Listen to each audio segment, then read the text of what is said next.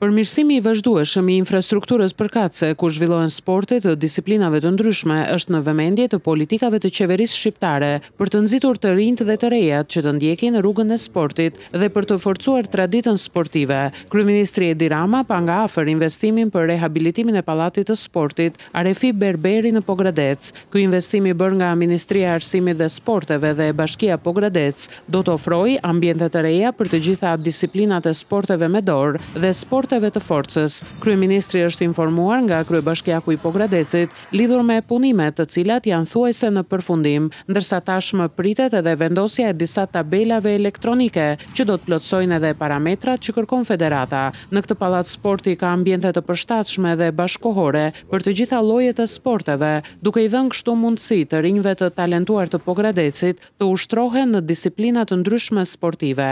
Projekti i rehabilitimit të pallatit të sportit Arefi Berberi në Pogradec ka një kosto totale prej 130 milion lekësh.